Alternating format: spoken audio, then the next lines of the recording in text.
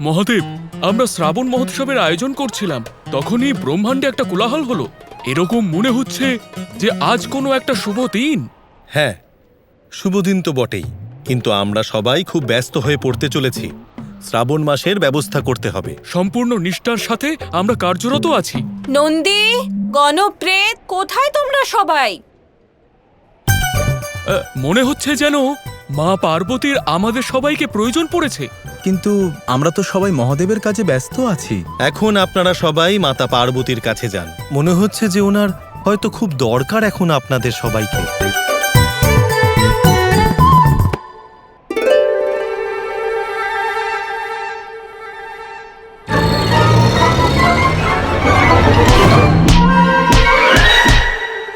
এটা কোন উদ্ধত ব্যক্তির কাজ যে মহাদেবের গণ প্রেতের উপর বরফের ঢেলা ছুঁড়ে মারার সাহস দেখাতে পারে?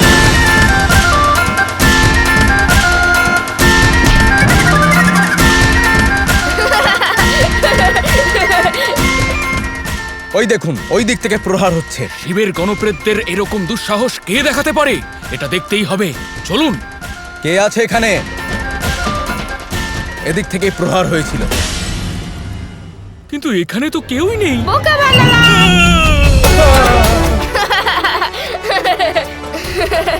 বোকা বানিয়েছি। কেমন ভয় দেখালাম আপনাদের সবাইকে। একটা ছোট ছেলের কাছে আপনারা ভয় পেয়ে গেলেন, খুব লজ্জার ব্যাপার। বাল গণেশ, উনি এখানে কি করছেন? উনি সব থেকে বেশি আমাকেই বিরক্ত করেন। বিরক্ত করতাম? আমি তো আপনাদেরকে প্রথমবার বিরক্ত করলাম, খুব মজা হলো। আমাদের বাল গণেশ যদি আমাদের সাথে ঠাট্টা না করেন তাহলে কার সাথে করবেন? আসুন বাল গণেশ।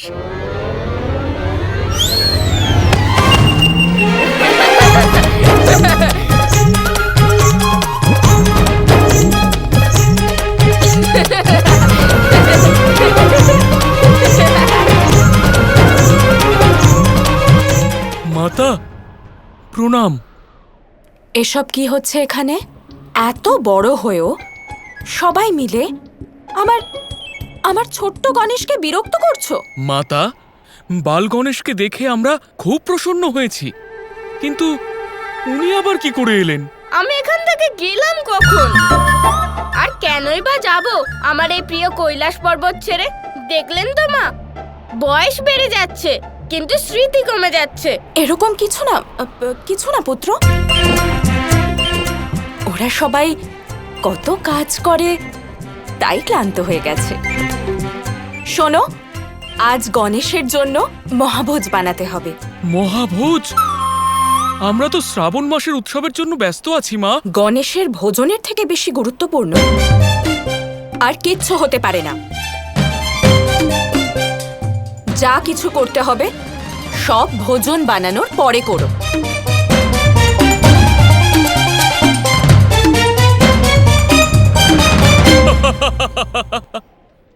এবার তো সমগ্র কৈলাস জুড়ে আমাদের বাল গণেশের স্বর এবং দুষ্টুমির বন্যা বয়ে যাবে। সত্যি কথা, অবশ্যই এই সমগ্র কৈলাস বাল গণেশের লীলাগুলিতে ভরে উঠবে। আর এমনিতেও এটা তো শুধুই আরম্ভ মাত্র।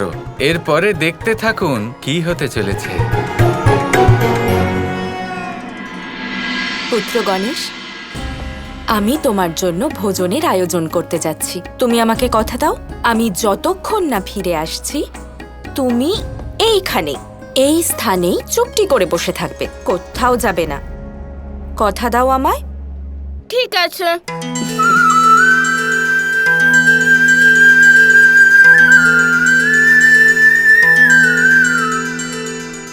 কি ব্যাপার বোন পার্বতী, আপনি তো ছোট্ট একটা বালকের কথায় ভুলে গেলেন। সত্যি বড়ই নিরীহ আপনি।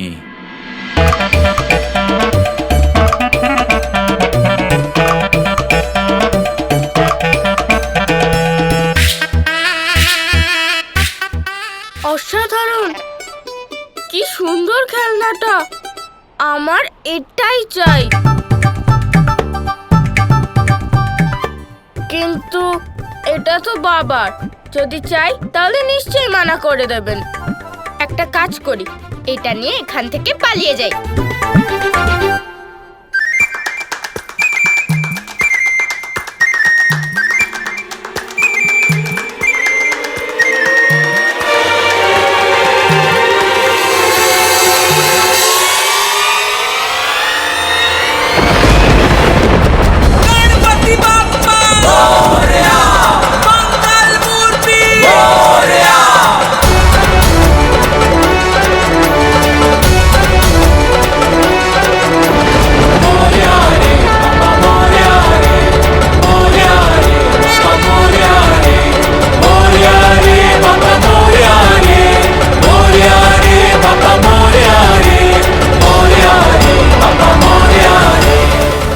আপনি এ কি অনর্থ করতে চলেছেন গণেশ?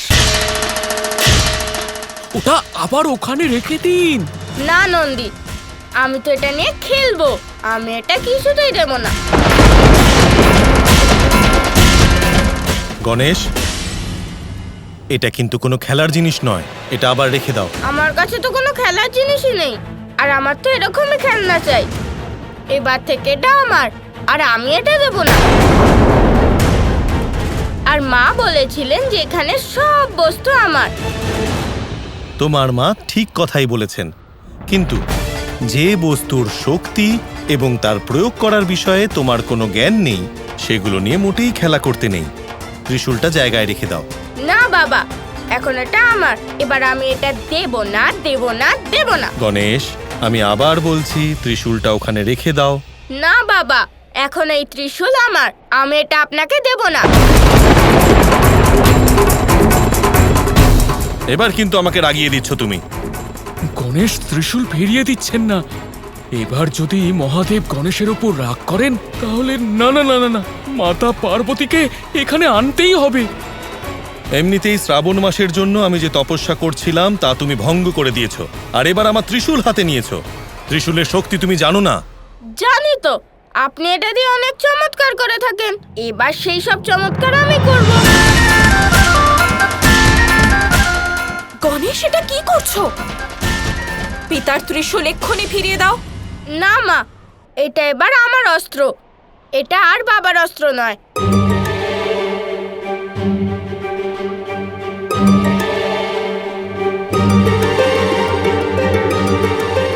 গণেশ, তোমার খুব খিদে পেয়েছিল না? আমি কিন্তু মহাভোজ বানিয়েছি।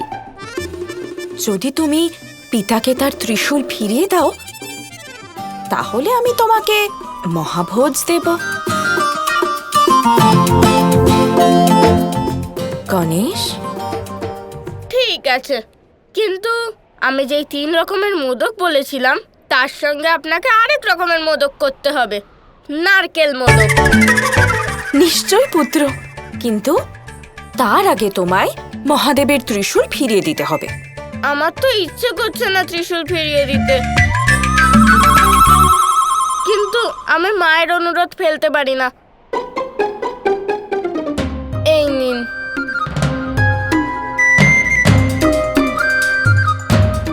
পার্বতী, তোমার এই পুত্র কিন্তু খুবই উদ্ধত হয়ে গেছে, আমাকে ওকে দণ্ড দিতে হবে। মহাদেব, আপনি কিন্তু নিজের কথা অমান্য করছেন। মনে আছে আপনি শ্রীকৃষ্ণকে কি বলেছিলেন? কেউ আমার সাথে কেন এরকম খেলা খেলবে? আর যদি কেউ খেলেও থাকেন, তাহলে এতে মন খারাপের কি আছে? আপনি এই কথা অবশ্যই মনে রাখবেন। গণেশ তো বালক মাত্র, আর এটা তো শিশু সুলভ ঔদ্ধত্য। চলো। আচ্ছা, তাহলে এই চাল চেলেছেন আমার আরাধ্য। কিন্তু যদি আরাধ্য এইভাবেই লীলা রচনা করতে থাকেন, আর এই বাল গণেশ এইভাবেই চঞ্চল আর উদ্ধত আচরণ করতে থাকে, তাহলে আমি শ্রাবণ মাসের আয়োজন কিভাবে করব?